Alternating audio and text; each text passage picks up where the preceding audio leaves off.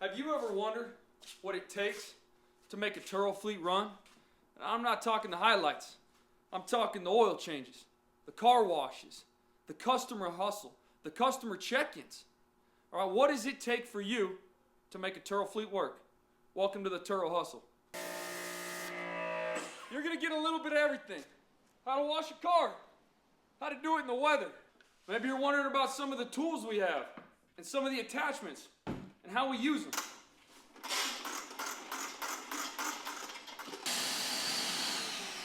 So come along with me, and I'm going to show you the most effective and best way that I've learned how to run a Turo fleet. But it always comes down to the numbers.